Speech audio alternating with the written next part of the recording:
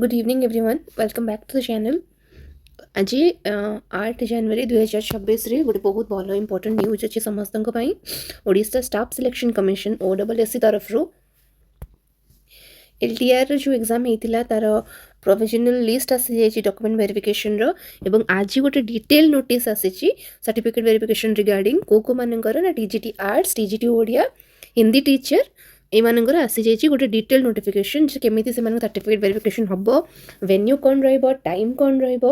तापर कौन कौन डॉक्यूमेंट्स को से सांगरे क्यारी करने पड़ो ए रिगार्डिंग ये नोटिफिकेशन टी अच्छी एवं ए रिगार्डिंग ये वीडियोटी रहिबो। So let's get started. तो मु ए वीडियो रे आपण माननकु जो माने हिंदी टीचर्स अछंती LTR रो जो माने भी क्वालिफाई करछंती से माननक पई कई वीडियोटी रखिबे जे कौन कौन डॉक्यूमेंट्स नेबार अछि और कौन कौन प्रॉब्लम्स होछि ताकू केमते से माने रिजॉल्व करबे तो सही रिगार्डिंग वीडियोटी रहबो। तो फर्स्ट ऑफ ऑल जो माने हिंदी एस्पिरेंट्स अछंती जो मानकर सिलेक्शन हिंदी पोस्ट पई कहिछि से मानकर डॉक्यूमेंट वेरिफिकेशन डेट टी चेंज होती। डेट हमको फर्स्ट मिलता टेंटेटिवली 20th ऑफ जनवरी जोटा को कि चेंज कराई जाइए एवं हिंदी टीचर मानक डेट रही 22nd ऑफ जनवरी 22 जनवरी रे से मानकर डॉक्यूमेंट वेरिफिकेशन रहिबो। एटा तो फर्स्ट इंपोर्टेंट जिनस जे 20 जनवरी नाही सेटा हो जोटा कि टेंटेटिव डेट थिला 22 जनवरी रे अछि। तापरे अछि कोन ना तापरे जो माने अछंती हमर स्पेशल कैटेगरी कैंडिडेट्स जो मैंने अच्छा PWD कैंडिडेट्स गले तो से का कौन हम ना वेन्यू OSSC ऑफिस जो मैंने स्पेशल कैटेगरी सिलेक्शन होती से डेट सेम हिंदी टीचर मानक समस्त 22 जनवरी मात्र वेन्यू हो स्पेशल कैटेगरी कैंडिडेट मानक OSSC ऑफिस आउ जो मैंने अदर बाकी सब रहीगले जमीक आपंकर अनरिजर्व कैटेगरी है SC BC SC ST candidate मानकर से कौन हम ना रिस्पेक्टिव डिस्ट्रिक्ट रे डॉक्यूमेंट वेरिफिकेशन हम टाइमिंग दिन 10 रु ऑनवर्ड्स मतलब कि जेपर्यंत सरी ना जेपर्यंत कैंडिडेट्स मैंने समस्त सर्टिफिकेट वेरिफिकेशन कंप्लीट है तो डेट 22 जनवरी टाइमिंग 10 ऑनवर्ड्स दिन 10 ऑनवर्ड्स जो मैंने स्पेशल कैटेगरी कैंडिडेट से वेन्यू OSSC ऑफिस बाकी मानक डिस्ट्रिक्ट एजुकेशन ऑफिस जोटा आपंकर रेस्पेक्टिव डिस्ट्रिक्ट थी से जगह आपंकर वेरिफिकेशन टी रहिबो। जो मैंने भी स्पेशल कैटेगरी कैंडिडेट्स अच्छी से मैंने देखी ने से रोल नंबर गुड़ाक आउ टाइमिंग टे देखी ने 10टा बेले रही आदि 10टा बेले रही कौ बोर्ड सहित अच्छी बोर्ड 3 4 ता सहित अच्छी आ जो मानकर सेकेंड हाफ रे अच्छी जमीक कि 2टारू स्टार्ट होकर तो से कौ बोर्ड सहित अच्छी एवं टाइमिंग तो रोल नंबर वाइज आप चेक करेंगे। तापर आसला जो मैंने अदर देन स्पेशल कैटेगरी अच्छा से तो ये डिस्ट्रिक्ट वाइज सब सब्जेक्ट आसी जाइए एक्चुअली जो मैंने TGT आर्ट्स है TGT ओडिया है कि हिंदी टीचर है समस्त डिस्ट्रिक्ट वाइज रोल नंबर गुड़ाक पब्लिश होती तो आम हिंदीटा देखी नवा या भितर सब जाक रोल नंबर अच्छी आप निज रोल नंबर टाक सर्च कर देखने जे आपंकर कौ डिस्ट्रिक्ट सिलेक्शन होती सॉरी डिस्ट्रिक्ट सिलेक्शन नहीं आप कौ डिस्ट्रिक्ट वेरिफिकेशन पड़ी तो 22nd ऑफ जनवरी जोटा कि हिंदी पिला वेरिफिकेशन डेट रोचे तो आम डायरेक्ट से ही जंप इन करवा रहा आप हिंदी टीचर मानक रोल नंबर स्केड्यूल आप देखिपारे जे अनुगुल डिस्ट्रिक्ट होगा टोटल 10 जन कैंडिडेट अच्छा आप रोल नंबर आप चेक करेंगे कौ डिस्ट्रिक्ट आप आसी वेरिफिकेशन तो सही रिगार्डिंग जमी बलांगीर 8 जन कैंडिडेट होगले आमर सॉरी बलांगीर में आमर अधिक संख्यक कैंडिडेट्स अच्छा which is total number of 90 Bargarh सेमती 88 भद्रक 33 बौद्ध रे 9 जन कटक रे 46 जन तो एमती आप चेक करेंगे आप रोल नंबरटा कौ डिस्ट्रिक्ट अच्छी जो भी डिस्ट्रिक्ट आप रोल नंबरटा आपको विजुअलाइज होची आपणकर डॉक्यूमेंट वेरिफिकेशन से डिस्ट्रिक्ट DO ऑफिस रे हेबो। तो धरा जो आप सिलेक्शन गजपति जिले में होती तो आप DO ऑफिस गजपति जाकि पहुँचापी पड़ो दिन 10टा पूर्वर आप वेरिफिकेशन 22nd ऑफ जनवरी 2026 रे। सो यहाँ थी आपंकर वेन्यू और टाइमिंग और रोल नंबर देखिए जाने आप कौ डिस्ट्रिक्ट आसूसी वेरिफिकेशन तापर आम देखा डॉक्यूमेंट्स जोटा कि बहुत जन डाउट्स थिला जे कौन कौन डॉक्यूमेंट्स नबू काले किसी भूल भाल हो कि तो आम ब्रीफली से विषय टे डिस्कशन करवा। प्रथम कथा आपण मानू नोटिफिकेशन रही गोटे बायोडाटा कम अटेस्टेशन फॉर्म देखा जाउथिबो से फॉर्मटा आपण मानू भरिबार अच्छी निजे ही बायोडाटा कम अटेस्टेशन फॉर्म रे आपण नोटिस करेंगे जहाँ भी आपको इनफॉरमेशन मागी ताको आपण डिटेल रे पूरा ठीक ठीक करी फिलअप करेंगे से किसी भी मिस्टेक करेंगे ना। तो प्रथम देखीदे आमको मागिଛି डेट ऑफ सीवी सीवी यानी आपन सर्टिफिकेट वेरिफिकेशन डेट तो यही जगह आपन 22 जनवरी पुट करेंगे 22 जनवरी 2026 आपन सही दिन रहउची वेरिफिकेशन तो सही जगह आपन सही डेटा पुट करेंगे। बोर्ड नंबर आपन ऊपर जो लिस्ट थिला से लिस्ट में खोजी नेबे जे आपन बोर्ड 3 4 5 कहा सहित अछि आपन वेरिफिकेशन तो आपन से बोर्ड टी को जगह मेंशन करेंगे। सेशन हैला जदी आपन मॉर्निंग शिफ्ट रहउची ताले आपन एटी 10 AM बोली लिखिबे जदी सेमिति न रहउची ताले आपन सही जगह रे जदी आपन सेकंड हाफ रहउची 2 PM बोली मेंशन करेंगे। एतिकी सरी गला तापर आपन रोल नंबर जहां आपन एडमिशन लेटर यानी आपन एडमिट कार्ड रे जो रोल नंबर अछि आपन से रोल नंबर टाकू निर्भुल भाबरे ए जगह रे मेंशन करिवे। तापर नेम आपन को ना जहां आपन मैट्रिक सर्टिफिकेट रे अछि आपन सेही गोटा को ही कैपिटल लेटर्स रे लिखा अछि ब्लॉक लेटर आपन कैपिटल लेटर्स रे आपन को ना टिकू सेही जगह रे प्रॉपर्ली मेंशन करिवे। तापर जेंडर जहां भी सिलेक्ट करिवे ए जगह रे टिक करके आपन लिखिबे सब तक जिंस को आपन कैपिटल लेटर रे फिल अप करबाटा भलो रहइबो बाकी जदि सेमिति न करछिन त एटलीस्ट जो जगह ब्लॉक लेटर बोली मेंशन करिछि से जगह कैपिटल लेटर लिखिबे चेष्टा करिवे। तापर डेट ऑफ बर्थ आपन फर्स्ट डेट लिखिबे तापर मंथ लिखिबे तापर ईयर जहां भी आपन डेट ऑफ बर्थ थिबो तापर 1/1/2024 1 जनवरी 2024 सुधा आपन केते वर्ष केते मास होउची सेटा आपन कैलकुलेट करी ए जगह रे मेंशन करिवे। धरा जो का 28 इयर्स होउची 6 मंथ्स होउची तापर सेही हिसाब रे कैलकुलेट करी ए जगह से को मेंशन करिवे। एतिकी जिंस क्लियर हे गला। एड्रेस आपन परमानेंट एड्रेस जहां थिबो एवं प्रेजेंट एड्रेस जहां थिबो आपन देखि नेबे आपन एप्लीकेशन फॉर्म जोटा आपन अप्लाई करथिले जहां डाउनलोड करी प्रिंट करी आपन रखिथिबे सेथि आपन जहां प्रेजेंट एड्रेस देछंती सेम एड्रेस टाइप रखिबे आपन जेमति कि एटी गला पोस्ट गला डिस्ट्रिक्ट गला पिन कोड मेंशन करिवे एवं परमानेंट एड्रेस भी जहां लिखिथिबे आपन एप्लीकेशन फॉर्म रे सेम जिंस रखि मेंशन करिवे। हे गला तापर मोबाइल नंबर जहां आपन मोबाइल नंबर थिबे पुट करिवे ईमेल आईडी टा पुट करिवे कारण ईमेल आईडी टा आपन ठीक करके पुट करिया दरकार बिकॉज़ आपन जहां भी ओएसएससी तरफ रु नोटिफिकेशन रहिबो कि जहां इंफॉर्मेशन रहिबो आपन को मेल माध्यम से माने जणैबे तो एटा भूल करिवेनी। मैरिटल स्टेटस जदि आपन मैरिड अछंती ताले आपन मैरिड बोली क्लिक करिवे जदि आपन अनमैरिड अछंती ताले आपन अनमैरिड बोली ए जगह रे क्लिक करिवे टिक करिवे। तापर कैटेगरी जो आपन पाखे जो भी कास्ट सर्टिफिकेट अछि आपन जो भी कास्ट को जो कैटेगरी को बिलोंग करछंती सेटा को टिक करिवे एवं तार सब कास्ट धरा जो आपन एससीबीसी रे आसुचंती त आपन एससीबीसी टिक करले इठी आपन एससीबीसी बोली मेंशन करिवे सब कास्ट धरा जो आपन खंडायत तो आपन सेटा ए जगह रे मेंशन करिवे। किबा जदि आपन एससी किबा एसटी अछंती ताले आपन ए जगह रे आपन कास्ट को सिलेक्ट करिवे आपन कैटेगरी सिलेक्ट करिवे आपन सब कास्ट जहां आपन कास्ट सर्टिफिकेट लिखा अछि से कास्ट को ए जगह रे आपन मेंशन करिवे। तापर सर्टिफिकेट नंबर और डेट ऑफ इश्यू गोटे आपन थाई एमती ई जेमती मैं एससीबीसी रे कहली ई एससीबी बाकी तार जा संख्या थिबो जदि आपन एससी एसटी थिबो सेही रिगार्डिंग थिबो आपन से नंबर टा को ए जगह मेंशन करिवे एवं तापर डेट ऑफ इश्यू केबे से डेट इश्यू हेची तो टेक्निकली एजेंसी बहुत सारा लोगन को डाउट्स रहे आपन कास्ट सर्टिफिकेट एससी एसटी पिला मानन पाइंगा लाइफ टाइम वैलिड तार रिन्यूअल किछ आवश्यक होय नाही एवं जोटा आपन एससीबीसी पिला मानन पाइंगा सेटा 3 ईयर रे हमको रिन्यू करिया पाइंगा पड़े 3 ईयर पर आपन सर्टिफिकेट एक्सपायर हे थिबो आपन आउ तक रिन्यू करिवे। तो जदि आपन मानन पाखरे जनवरी 2023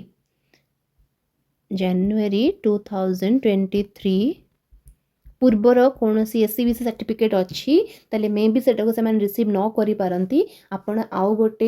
एससीबीसी सर्टिफिकेट फ्रेशली जदी बाहर करि पारुचंदी ताले सेटा बहुत भलो हबो आपण सेटा को संग रे नै कि रखिथिबे जेटा कि आपण को बहुत हेल्प करिवो। तो एससीबीसी सर्टिफिकेट जहा पाके अच्छी तार एक्सपायरी 3 इयर्स थाए तो आपण ता भीतर तार सर्टिफिकेट को रिन्यू करिया दरकार पड़िवो सेही हिसाब रे आपण सर्टिफिकेट बाहर कर दिथवाटा बिफोर हैंड बहुत भलो हबो। एटा सरीगला कास्ट सर्टिफिकेट रो कथा।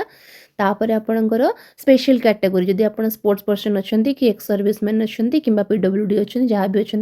से जगह आप मेंशन करेंगे। पीडब्ल्यूडी जदि अच्छा आपंकर टाइप ऑफ डिजेबिलिटी कौन केते परसेंट डिजेबिलिटी सब जिनस आप सर्टिफिकेट पीडब्ल्यूडी सर्टिफिकेट लिखा थी से आप जगह मेंशन करेंगे टाइप ऑफ डिजेबिलिटी कौन केते परसेंट डिजेबल आप अच्छा। तापर जदि आपंकर पीडब्ल्यूडी कैटेगरी जो अच्छा टेम्परेरी कि परमानेंट अच्छी तो आप certificate number date of issue आपण मैंने जगह मेंशन करेंगे। सेमती जो मैंने एक्स सर्विसमैन अच्छा से मैंने को डिपार्टमेंट एक्स सर्विसमैन जमी कि इंडियन आर्मी है इंडियन नेवी इंडियन एयरफोर्स से डेट ऑफ डिस्चार्ज केबे से जॉब डिस्चार्ज होती पीरियड ऑफ सर्विस रेंडर जहाँ भी से एक्स सर्विसमैन जो सर्टिफिकेट थाए से लिखा हुआ थाए तो सेटा को देखिए मेंशन करेंगे ये जगह एतिक जिनस क्लीयर हो गला। कि स्पोर्ट्स पर्सन जो मैंने थे से भी सेम जिनस आईडी नंबर और से डेट ऑफ इश्यू जोटा कि आपन department of sports and wellness बाहर करे तो सेटा अपन देखिए एटा मेंशन करेंगे। तापर पास्ट इन 10th स्टैंडर्ड ओडिया तो जो मैंने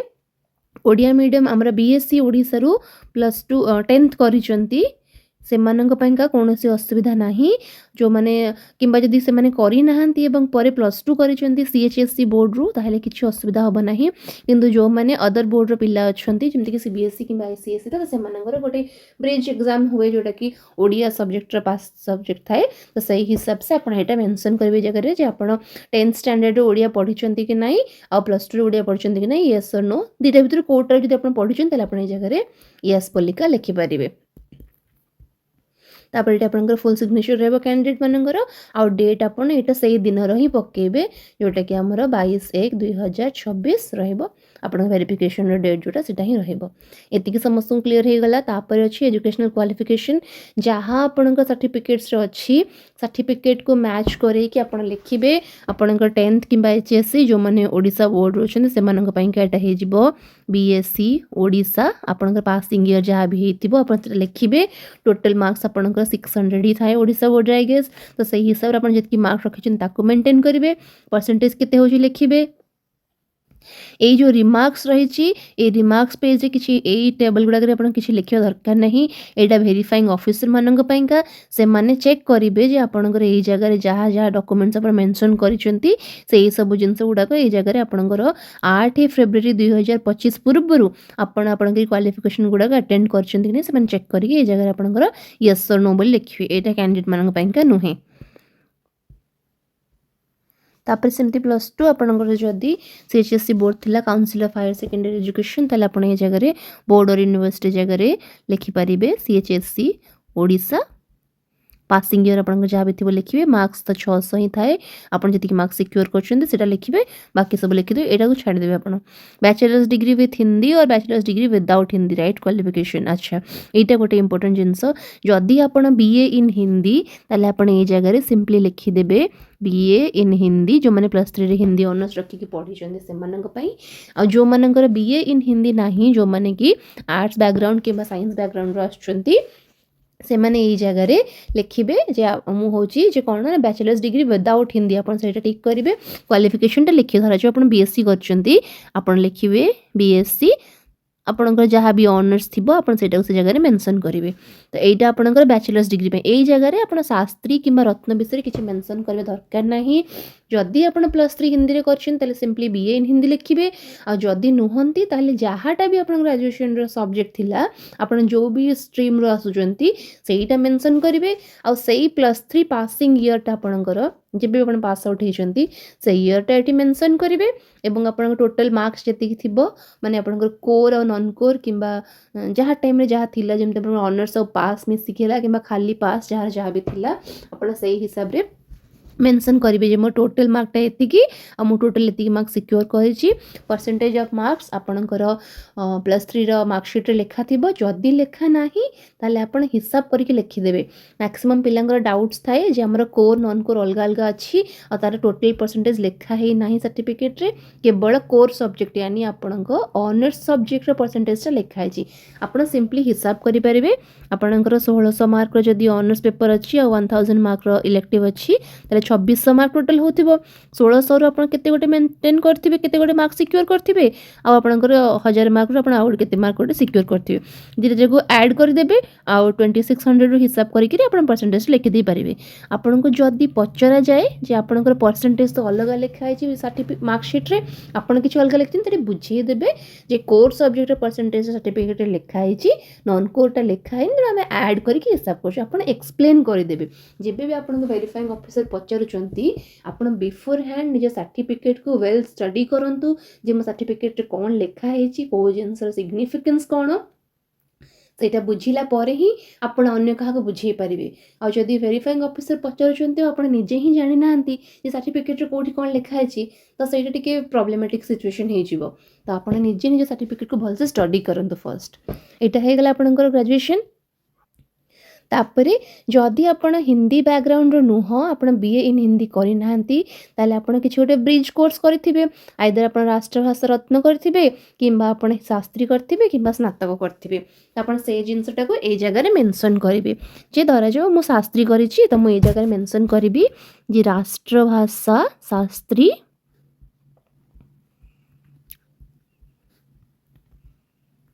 आपण जो भी करथि धरा जो आपण रत्न करिसेंती वार्धारू किंबा आपण शास्त्री करिसेंती हमर राष्ट्रभाषा परिषद पुरी रु आपण जो भी करिथिबे आपण से जिंसरा को एटी मेंशन कर देबे जे आपणकर राष्ट्रभाषाटा कोन ए जिंसरा ए जगह रे ओके सॉरी टिके मिस्टेक हे गला आपण क्वालिफिकेशन टा को ए जगह रे मेंशन करिवे जे मु अदर देन हिंदी ऑनर्स मु ए जगह रे मेंशन करली आ जदी मु शास्त्री करिछि ताले मु शास्त्रीटा को ए जगह रे मेंशन करिवि तापर आपण कोउठ करिछन धरा जो आपण उत्कल करछंती आपण लिखि देबे जे उत्कल यूनिवर्सिटी शास्त्री धरा जो आपण करछंती पुरी रु तो आपण सेटा लिखि देबे जे राष्ट्रभाषा प्रचार समिति वार्धारू आपण जदि करिसेंती सेटा लिखि परिबे। जदि आपण रत्न अछि किंबा आपण जदि शास्त्री से आपण लिखि परिबे जे राष्ट्रभाषा परिषद पुरी आपण जो भी करछंती सेटा को लिखिदेबे। ये जगह मेंशन करदेबे जे आपनकर को यूनिवर्सिटी किबा को बोर्ड थिला सेही हिसाब रे आपनकर पासिंग ईयर जहा थिबो आपण सेटा मेंशन करिवे एवं जोटा आपण टोटल मार्क थिबो 2 वर्षर किंबा जहा भी आपण पेपर जति थिबो सेथिरो मार्क सिक्योर केते परसेंटेज केते सेटा जगह मेंशन करदेबे। एटा सरी गला आपनकर एटा सरी गला परे जदि आपनकर धरा जो आपण KHS आग्रारू पारंगत करिसेंती तो सेटा को एठी मेंटेन करिवे किंबा आपण हिंदी टीचर्स ट्रेनिंग इंस्टीट्यूट रु कटक रु बीएचएड करछंती आपणकर जहा क्वालिफिकेशन अछि किंबा आपण दक्षिण भारत रु बीएड करिसेंती हिंदी बीएड जहा आपण क्वालिफिकेशन थिबा आपण ए जगह रे मेंशन करिवे। धरा जो आपण KHS आग्रारू पारंगत करछन सेटा लिखिबे किंबा आपण बीएचएड करछन सेटा मेंटेन करिवे। दक्षिण भारत रु करछन हिंदी रे बीएड सेटा भी मेंटेन करि परिवे। किछि आपण करि नांते आपण अदर बीएड अछंती मतलब कि साइंस किंबा आर्ट बैकग्राउंड रु सेटा भी आपण ए जगह लिखिदेबे जे मो बीएड प्लेन बीएड करछि बोलिका सरी गला। तापर आपणकर बोर्ड और यूनिवर्सिटी जो माने जो जगह जो माने करिसेन से सही हिसाब रे मेंटेन करिवे। धर जो आपण बीएचएड करछंती तो आपणकर उत्कल यूनिवर्सिटी हबो आपण कटक रु करछन जदी किंबा आपणकर KHS आग्रा रु करछन तो सेटा मेंटेन करिवे किंबा बीएड करछन नागार्जुन यूनिवर्सिटी रु आपण सेटा को ए जगह लिखिदेबे जे मोर बीएड अछि नागार्जुन यूनिवर्सिटी रु सरी गला। तापर आपन same genus year of passing केबे पास हेले केते मार्क टोटल थिला केते मार्क सिक्योर कले परसेंटेज केते आसला लिखिदेबे। एनसीटी रिकॉग्निशन जदि आपण बीएचएड करिसेंती हमर हिंदी शिक्षक प्रशिक्षण संस्थान कटक रु ताहले आपण को एनसीटी ही केई मागिबे नाही एनसीटी आवश्यक पड़िबो नाही किंतु जदि आपण अदर को भी जगह रे करिसेंती दक्षिण भारत रे बीएड हला किंबा आपणकर बीएचएड हेला बा शिक्षण पारंगत हेला आपणकर KHS आग्रा रु किंबा जनरल बीएड आपण करछंती त आपणकर एनसीटी रिकॉग्निशन थिला कि नाही सेटा पचारिबा आपण यस किंबा नो बोली लिखिबे जहाँ भी आपण करथिबो मैक्सिमम जगह यस तो ऑब्वियसली बिकॉज एनसीटी नथिले आम माननको वेरिफिकेशन रिजेक्ट हे जिवो सेटा आपण एठी मेंटेन करिवे जे एनसीटी रिकॉग्निशन अच्छे बोली। तापरे ओस्टेट मेंशन सब्जेक्ट ओस्टेट आपण सब्जेक्ट रहइबो हिंदी कैटेगरी होची आपण जो कास्ट कैटेगरी रे एग्जाम टा क्वालिफाई करछन आपण सर्टिफिकेट लेखा हेतिबो यूआर किंबा एससीबीसी किंबा एससी किंबा एसटी जो थ्री आपण क्वालिफाई करछन सेटा मेंटेन करिवे। पब्लिकेशन ऑफ रिजल्ट सर्टिफिकेट रे लेखा अछि जहाँ भी डेट रे आपण रिजल्ट आस्तिथिबो सेटा मेंटेन करिवे जगह रे एतिकी जिंस आपण एकेडमिक क्वालिफिकेशन को नेकी क्लियर हे गला। तापर जो माने इन सर्विस अच्छी इन सर्विस कैंडिडेट्स अच्छी से बाकी फॉर्मेट रहा जे से को ऑर्गेनाइजेशन सहित काम करछंती तो से ऑर्गेनाइजेशन ना से माने को पोजीशन रे बा को डेजिग्नेशन रे काम करछंती केबेरु केबे पर्यंत जॉब रे थिले तापर से मानकर कोन नेचर ऑफ ड्यूटी थिला एनओसी तांको मिलिछि कि नाही आ जदी मिलिछि ताली यस जदी न मिलिछि ताले नो आपण एमती मेंटेन कर देबे। तापरे ए जो ऑप्शन तीनटा अच्छी एटा प्योरली जो माने इन सर्विस कैंडिडेट से मानक पाइका जे जोटा भी आपन को एप्लीकेबल होउची ताले आपन सेटा ए जगह टिक करियो किंबा जदी आपन तीनटा भीतर कोटा एप्लीकेबल नाही ताले आपन कोटा को भी स्ट्राइक आउट करिवे नाही जे आपन I am not working in any office of the Odisha government और सेंट्रल गवर्नमेंट पीएसयू हम कोठी जॉब रे नाही धर जो आपन बिल्कुल जॉबलेस अछंती मतलब कि अनएम्प्लॉयड अछंती तो आपन तले एटा को क्लिक करिवे एटा को टिक करिवे आपन जो माने कैंडिडेट माने अनएम्प्लॉयड अछंती जो माने वर्किंग रे अछंती ओडिशा गवर्नमेंट सहित हो किंबा सेंट्रल गवर्नमेंट किंबा कोनोसी पब्लिक सेक्टर कोनोसी प्राइवेट सेक्टर कोटोट अछंती किंबा ऑटोनोमस कॉलेज फैकल्टी अछंती जहाँ भी आ मु सबमिट करिछि एनओसी जदि आपण अछंती फैकल्टी कोठी किंबा आपण जॉब रे अछंती एवं आपणको आपणक जॉब पई एनओसी मिलिछि ताहेले इन सर्विस वाला जो माने एनओसी अपडेट करिसेंती से मानक पई का ए ऑप्शन टी रहइबो। आउ जदि आपण जॉब रे अछंती हेले आपण को एनओसी मिली नाही आपण एनओसी सबमिट करि पारु नाहंती ताहेले थर्ड ऑप्शन ता आपण को पई का जे मु जॉब रे अछि but I have not submitted the NOC जो माने अनएम्प्लॉयड अछंती जो मानकर कोनोसी जॉब रे नाहंती एवं से माने फ्रेश कैंडिडेट से मानक पई ऑप्शन 1 जो माने जॉब रे अछंती एनओसी अछि से मानक पई ऑप्शन 2 जो माने जॉब रे अछंती एनओसी नाही से मानक पई ऑप्शन 3 ये सब डिटेल्स आपण ठीक ठीक भरी सारला परे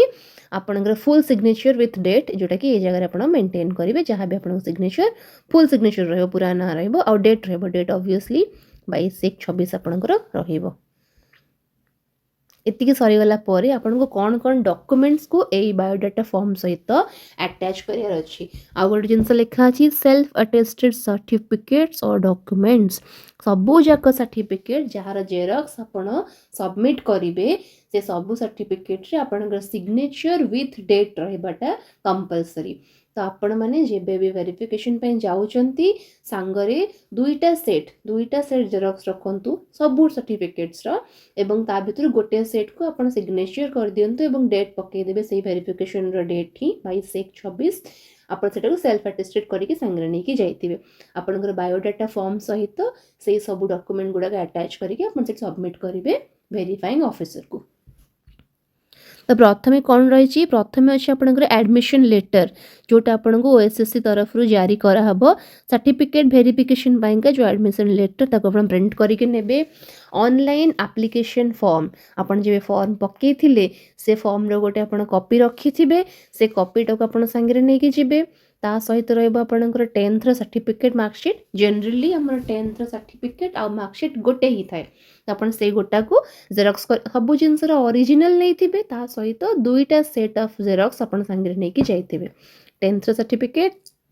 ତାପରେ +2 ସାର୍ଟିଫିକେଟ୍ +2 ମାର୍କସିଟ୍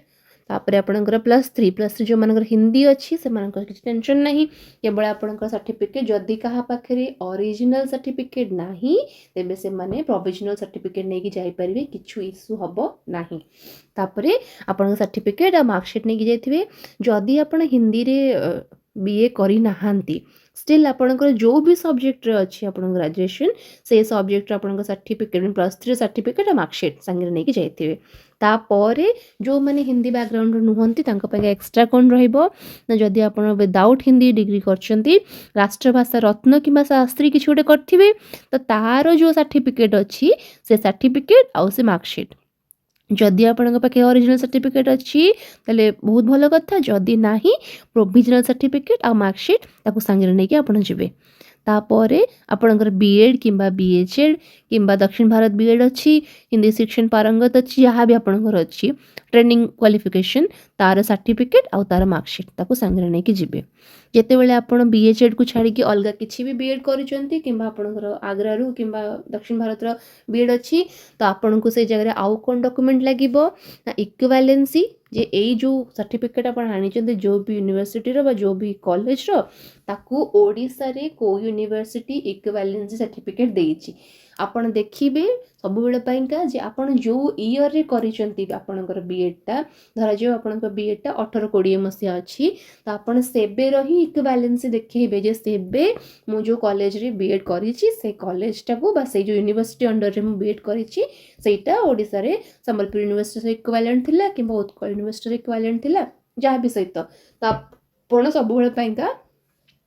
ଯେଉଁ ସେସନ୍ରେ B.Ed କରିଛନ୍ତି ସେଇ ସେସନ୍ର ହିଁ ଆପଣ ଦେଖେଇବେ ଇକ୍ୱାଲେଣ୍ଟ ସାର୍ଟିଫିକେଟ୍। କାରଣ ଏମିତି ବି ହେଇପାରେ ଯେବେ ଆପଣ ନାଗାର୍ଜୁନ B.Ed କରୁଛନ୍ତି କିମ୍ବା ଦକ୍ଷିଣ ଭାରତରେ କରୁଛନ୍ତି କିଛି କିଛି କଲେଜକୁ କ'ଣ କରାଯାଏ ନା କିଛି ଟେମ୍ପୋରାରୀ ଟାଇମ୍ ପାଇଁକା ଇକ୍ୱାଲେନ୍ସି ମିଳେ ଯେ ଏଇ ବର୍ଷରୁ ଏଇ ବର୍ଷ ପର୍ଯ୍ୟନ୍ତ ଆପଣମାନେ ଉତ୍କଳ ୟୁନିଭର୍ସିଟି ଇକ୍ୱାଲେଣ୍ଟ ତାପରେ ଆଉ ନାହିଁ। ତେଣୁ ଆପଣ ଯେବେ କରିଛନ୍ତି ସେବେର ଇକ୍ୱାଲେଣ୍ଟ ସାର୍ଟିଫିକେଟ୍ର ହିଁ ଶୋ କରିବେ। ତାପରେ ଆପଣଙ୍କର affiliation of institution to recognized university ଯେଉଁ ବି କଲେଜରେ ଆପଣ B.Ed କରିଛନ୍ତି ବା B.Hed କରିଛନ୍ତି ସେ କଲେଜଟାକୁ କେଉଁ ୟୁନିଭର୍ସିଟି ରେକଗ୍ନିସନ୍ ଦେଇଛି। ଆପଣ ଯେଉଁ ବି ୟୁନିଭର୍ସିଟି ଅଣ୍ଡରରେ କରିଛନ୍ତି ତ ତାର ଆଫିଲିଏସନ୍ରେ ବି ସେଇ ସେମ୍ ଜିନିଷ କିଛି କିଛି କଲେଜକୁ ଟେମ୍ପୋରାରୀ ଆଫିଲିଏସନ୍ ମିଳେ କିଛି କିଛି କଲେଜକୁ ପରମାନେଣ୍ଟ ଆଫିଲିଏସନ୍ ମିଳେ। ତ ଯଦି ଆପଣଙ୍କ ଆଫିଲିଏସନ୍ ଟେମ୍ପୋରାରୀ ତାହେଲେ ଆପଣଙ୍କୁ ଦେଖିବା ପାଇଁକି ପଡ଼ିବ ଯେ ମୁଁ ଯେଉଁ ମସିହାରେ B.Ed କରୁଥିଲି ଧରାଯାଉ ମୁଁ 18-20 ମସିହା ପର୍ଯ୍ୟନ୍ତ B.Ed କରିଛି ତ ସେବେ ମୋ କଲେଜର ଆଫିଲିଏସନ୍ ଥିଲା। ଆଉ ଯଦି ଯେଉଁମାନଙ୍କର ପରମାନେଣ୍ଟ ଆଫିଲିଏସନ୍ ତାହେଲେ ୱେଲ୍ ଆଣ୍ଡ ଗୁଡ୍, କିଛି ଅସୁବିଧା ନାହିଁ, ଆପଣ ସେଟାକୁ ଶୋକେସ୍ କରିପାରିବେ ଯେ ଏଇ ୟୁନିଭର୍ସିଟିରୁ ମୋତେ ଆମ କଲେଜକୁ ଆଫିଲିଏସନ୍ ମିଳିଛି ବୋଲି। ଏଇଟା ହେଇଗଲା। ତାପରେ NCTE ରେକଗ୍ନିସନ୍ ଫର୍ କ୍ୟାଣ୍ଡିଡେଟ୍ସ ଆପଣମାନେ OTPRMS सर्टिफिकेट प्रोड्यूस करने पड़ो जो मैंने ओडिशा स्टेट बाहर बीएड करिसेंती से मानक पइका ओटीपी आरएमएस दरकार पड़ो ताले ओटीपी आरएमएस आपन जदि बाहर करि पारिसेंती बा आपन पाखरे अछि तार अर्थ जे आपन कॉलेज को एनसीटी रिकॉग्निशन मिली छि आ आपन से बीएड टा पूरा वैलिड तेणु ओटीपी आरएमएस सर्टिफिकेट को संगे रखिथिबे जेमती भी हेले आपन जदि आग्रार स्टूडेंट किंबा आपन दक्षिण भारत रू करछन्ती किंबा आपन नागार्जुन बीएड करछन्ती जहाँ भी आ जदि आपन स्टेट भितर जे कोनोसी बीएड कॉलेज रू बीएड करछन्ती ताले आपन को ओटीपी आरएमएस आवश्यक पड़िबो नाही ए जो इक्विवेलेंसी एफिलिएशन एगुडा किछि आवश्यक पड़िबो नाही तापर आपणकर ओस्टेड पास सर्टिफिकेट जोटा कि हिंदी रे आपन सर्टिफिकेट लिखा है दरकार जे this person from this category SC ST और एससीबीसी किंबा यूआर हिंदी पोस्ट पाइंका लिखा थाए जे पेपर 1 रे क्वालिफाई करछंती आ सब्जेक्ट होची हिंदी दैट आपन सर्टिफिकेट लिखा है दरकार सरीगला तापर ओडिया पास सर्टिफिकेट जो मानकर ओडिया नथिला 10th रे से मानक पइका जो ब्रिज कोर्स थाए सेटा आपन पइका जे आपन जदि क्वालिफाई करछन त ओडिया पास सर्टिफिकेट को प्रोड्यूस करिवे वैलिड ऑनलाइन कास्ट सर्टिफिकेट आपन पाखरे कास्ट सर्टिफिकेट थिबो आपन जो भी कैटेगरी रो अछंती एससी एसटी एससीबीसी से कास्ट सर्टिफिकेट को आपन से जगह प्रोड्यूस करिवे प्रोड्यूस कला पर से जो क्यूआर टाइप रो गोटे स्कैन करिया पेंगी थाए सेटा को से जे वेरीफाइंग ऑफिसर थिबे ताको स्कैन कर देखि देबे जे सर्टिफिकेटटा ओरिजिनल बा ऑथेंटिकेट और नॉट तापर आसे जिबा आपन declaration form for candidates claiming reservation अच्छा जो मैंने एससीबीसी कैटेगरी रे अछंती एससीबीसी कैंडिडेट मानकर गोटे डिक्लेरेशन फॉर्म अछि जे मु डिक्लेयर करूची जे मु एई कास्ट रो बिलोंग करे एससीबीसी कैटेगरी रे जाउची आ मु क्रीमी लेयर रो अंतर्भुक्त नुह एससीबीसी डिक्लेरेशन फॉर्म कोठी अछि ना एइथरे ही अछि एटा होची आपनकर डिक्लेरेशन फॉर्म जे आपनकर आपण आसुचंती कोथरे एइठी आपनकर डिक्लेरेशन फॉर्म अछि एससीबीसी रो 1 सेकंड biodata form अच्छा this one declaration form to be submitted by the candidate socially educational backward SCBC पिला मानक पय आपण ए जगह फिल अप करिवे निज ना जे मु ए लोक सन एंड डॉटर ऑफ जहार भी आपण बापा ना कि मां ना रेसिडेंट ऑफ आपण गाँव रो ना सिटी रो ना या भी तो लिखिए PS address district state pin code सब लिखिए आपण सब कास्ट धरा जो आपण खंडायत तापर सेटा मेंशन करी जे मु खंडायत कम्युनिटी रो आ मु क्रीमी लेयर रे आसु नाही एमती एटा को डाउनलोड करिके प्रिंट करिवे ए डिक्लेरेशन फॉर्म टाको प्रिंट करिके एको हाथ रे सब फिल अप करिवे फिल अप करा परे आपण एठी आपण फुल सिग्नेचर पकेबे प्लेस आपण जोठी आपण वेरिफिकेशन होउची सेई जगहटा पके देबे एवं डेट रे आपण वेरिफिकेशन डेट जा जेटा पकेबे हो एटा आपण डिक्लेरेशन फॉर्म रो कथा एटा केवल एससीबीसी पिला मानक पाइका एटा हे गला तापर आपण रहउची पीडब्ल्यूडी ऑनलाइन सर्टिफिकेट जो माने पीडब्ल्यूडी कैंडिडेट्स अछंती से मानक पाखे से मानक सर्टिफिकेट थिबो से मानक प्रोड्यूस करिवे discharge book ID card PPO ए सब कहा पेंका ना एक सर्विसमैन मानक पेंका से मानक पाखे सब डॉक्यूमेंट्स संगर थिबो से मानक सबमिट करिवे सेमती स्पोर्ट्स आईडी से मानक पय जो माने स्पोर्ट्स पर्सन रिजर्वेशन सिलेक्शन हिचंती से मानक पेंका ए जिंसटा जे से माने तंगर directorate of sports and youth service department तरफ तंग जो आईडी कार्ड प्रोड्यूस करा हिची सेटा को से माने शोकेस करिवे तापर एनओसी जो माने जॉब रे अछंती इन सर्विस वाला मानक पय आईडी प्रूफ आपण आधार नहीं पारंती आपण पैन नहीं पारंती आपण वोटर आईडी नहीं पारंती जे कोनोसी गोटे ने चलिबो आपण त जेरॉक्स करके नेबे एवं ओरिजिनल भी नेथिबे आ गोटे जिंस रे मेंशन हेनी बट मु कहि रखिबे संगे रे आपण दुईटा पासपोर्ट फोटोग्राफ रखिथिबे इन केस आवश्यक पड़िला तापर डिक्लेरेशन अपन निज ना daughter of son of upon father को ना अपन एज ये सब मेंशन करके कहबे जे लिख देबे जे जगह जे मु जहाँ भी फर्निश करूची सब ट्रू टू माय नॉलेज तो अपन सही हिसाब से सिग्नेचर फुल सिग्नेचर करिवे अपन रोल नंबर मेंशन करिवे एवं डेट मेंशन करिवे 22/1/26 एतिकी आपनकर डॉक्यूमेंट्स अच्छी डिक्लेरेशन टाक आपको प्रिंट करके नापी पड़ो प्रिंट करके फिलअप करके दवापाई पड़ो और ये डॉक्यूमेंट गुड़ाक सब सेल्फ अटेस्टेड सबू जाक डॉक्यूमेंट जेरॉक्स रे आपन सिग्नेचर रहिबो विथ डेट आपन अटैच करके आपन बायोडाटा फॉर्म जोटा अच्छी ता सहित अटैच करी वेरीफाइंग ऑफिसर को देदेवे किछटा जिनस कहि रखा चाहिए जेबे आप वेरिफिकेशन जाऊँच आपण टाइम रो आधा घंटा जल्दी पहुँचतु ସେଇ ଜାଗାରେ ପହଞ୍ଚିକି ପୁଣି ସବୁ ଜିନିଷ ଡିଟେଲରେ ଚେକ୍ କରିଦିଅନ୍ତୁ ଯେ ଆପଣଙ୍କ ଆପ୍ଲିକେସନ୍ ଫର୍ମରେ ଆପଣ ଯାହା ଯାହା ଡାଟା ଦେଇଛନ୍ତି ସେଇ ଡାଟା ଆପଣଙ୍କ ବାୟୋଡାଟା ଫର୍ମରେ ଥିବା ଦରକାର ଏବଂ ସେଇ ସେମ୍ ଇନଫର୍ମେସନ୍ ଆପଣଙ୍କ ସାର୍ଟିଫିକେଟ୍ ଗୁଡ଼ାକରେ ବି ଥିବା ଦରକାର। ଆଉ ଯଦି ଇନ୍ କେସ୍ କେବେ କେବେ ଟାଇପିଂ ଏରର୍ ହୁଏ, ଆପ୍ଲିକେସନ୍ ଫର୍ମରେ କିଛି ଜିନିଷ ଭୁଲ ଭାଲ ହେଇଯାଇଛି, 6ଟା 9 ହେଇଯାଇଛି କି 9ଟା 6 ହେଇଯାଇଛି, କୋଉଠି ଗୋଟେ ଡିଜିଟ୍ ମିସ୍ ହେଇଯାଇଛି, ଆପଣ ନ ଡରିକି ଭେରିଫାଇଂ ଅଫିସରଙ୍କୁ କହିବେ ଯେ ମୁଁ ଏଇଟା ଆପ୍ଲାଏ କଲାବେଳେ ଭୁଲବଶତଃ ରହିଯାଇଛି, ମୋ ସାର୍ଟିଫିକେଟ୍ ଚେକ୍ କରି ନିଅନ୍ତୁ, ଏଇ ଜାଗାରେ ଏଇ ଜିନିଷଟା ଅଛି, ଆପଣ ଆକୁ ଟିକେ ରେକ୍ଟିଫାଏ କରିଦିଅନ୍ତୁ। ତ ସେ ତାଙ୍କ ରିମାର୍କସରେ ଲେଖିଦେବେ ଯେ ଏଇଟା ଭୁଲବଶତଃ ହେଇଛି, ଏଇଟାକୁ ରେକ୍ଟିଫାଏ କରିଦିଆଯାଉ ବୋଲିକା। କିନ୍ତୁ ସେଇଠି ଡରିବେନି କି ଘାବରେଇବେନି ଯେ ମେ ବି ମୁଁ ରିଜେକ୍ଟ ହେଇଯିବି କି କ'ଣ, ସେମିତି ହେବେ ନାହିଁ। ଆରାମସେ ଆପଣ ଆପଣଙ୍କ ଭେରିଫିକେସନ୍ କରାଇବେ ଏବଂ ନିଜେ ଯଦି ଆପଣ ଷ୍ଟଡି କରିସାରିଥିବେ ତାହେଲେ ଆପଣଙ୍କ ପାଇଁ ବହୁତ ଇଜି ହେଇଯିବ ତାଙ୍କୁ ଏକ୍ସପ୍ଲେନ୍ କରିବା ପାଇଁକା ଯାହା ବି ସେ ପଚାରିବେ। ତ ସେଇଟା ଆପଣ ଧ୍ୟାନରେ ରଖିକି ଯିବେ ସବୁବେଳେ ପାଇଁକା। ଏତିକି ହିଁ ଥିଲା ଇନଫର୍ମେସନ୍ ସମସ୍ତଙ୍କ ପାଇଁକା। ଆଉ ସବୁଯାକ ସାର୍ଟିଫିକେଟ୍ର ଅରିଜିନାଲ୍ ସାଙ୍ଗରେ ନେଇକି ଯିବେ ଏବଂ ଅରିଜିନାଲ୍କୁ ଧ୍ୟାନପୂର୍ବକ ଭେରିଫିକେସନ୍ ସରିଲା ପରେ ଫାଇଲ୍ରେ ଭର୍ତ୍ତି କରିକି ଆଗ ରଖିନେବେ, ତାପରେ ଆପଣ ସେଇ ଜାଗାରୁ ବାହାରିବେ। ଡକୁମେଣ୍ଟସ୍ ନହେଲେ ଏକା ସାଙ୍ଗରେ ଭେରିଫିକେସନ୍ ଚାଲିଥିବ ଗୋଟେ ଟେବୁଲ୍ରେ 3-4 ଜଣଙ୍କର, ତ ସେଇଠି କାଫି ମେସି ହେଇଯାଏ ସେ ଜାଗାଟା, ତେଣୁ ଭୁଲବଶତଃ ଡକୁମେଣ୍ଟ ଏପଟ ସେପଟ ହେଇଯାଏ। ତ ଧ୍ୟାନ ରଖିକି ତାକୁ ସବୁ ସାଙ୍ଗରେ ନେଇକି କେୟାରଫୁଲି ଆସିବେ। ଏତିକି ଥିଲା ଆପଣଙ୍କ ପାଇଁ ଇନଫର୍ମେସନ୍। ଆଉ ଯେଉଁମାନଙ୍କର ସିଲେକ୍ସନ୍ ହେଇଯାଇଛି ସେମାନଙ୍କୁ ବହୁତ ସାରା congratulations, all the best for a very bright and a very new future. ଆପଣମାନେ ଟିଚର୍ ହେବା ପାଇଁକା ଯାଉଛନ୍ତି, ତ ଆପଣମାନଙ୍କୁ ବହୁତ ସାରା ଶୁଭେଚ୍ଛା ମୋ ତରଫରୁ। ଆଉ ମୁଁ ଚାହିଁବି ଯେ ସମସ୍ତଙ୍କ ସାର୍ଟିଫିକେଟ୍ ଭେରିଫିକେସନ୍ ବହୁତ ହାସଲ୍ ଫ୍ରି ଆଉ ବହୁତ ଆରାମସେ ହେଇଯାଉ, କିଛି ପ୍ରୋବ୍ଲେମ୍ ନ ହଉ। ଆଉ ସମସ୍ତଙ୍କୁ ଅଲ୍ ଦ ଭେରି ବେଷ୍ଟ। ଆଉ ଯେଉଁମାନେ ବି ଡକୁମେଣ୍ଟସ୍ ଯାହା ବି ଆପଣଙ୍କ ପାଇଁ ଆଭେଲେବୁଲ୍ ନାହିଁ ତାକୁ ଏଇ ଟାଇମ୍ ପିରିୟଡ଼ ଭିତରେ କଲେକ୍ଟ କରିବା ପାଇଁ ଚେଷ୍ଟା କରନ୍ତୁ। ଯେତେ ଜଲ୍ଦି ଆପଣଙ୍କ ଡକୁମେଣ୍ଟ ସର୍ଟିଂ ହେଇଯିବ ସେତେ ଆପଣ ନିଶ୍ଚିନ୍ତରେ ଆରାମସେ ରହିପାରିବେ। ତେଣୁ ଡକୁମେଣ୍ଟଟା କଲେକ୍ଟ କରିକିରି ଜଲ୍ଦି ଆକୁ ସବୁ ଫିଲ୍ଅପ୍ କରିକି ରଖିଦେଇଥାନ୍ତୁ ପାଖରେ, ଯେଉଁଟାକି ଆପଣଙ୍କୁ ହେଲ୍ପ କରିବା ଆଗକୁ ଯାଇକି। So this was it. Thank you so much.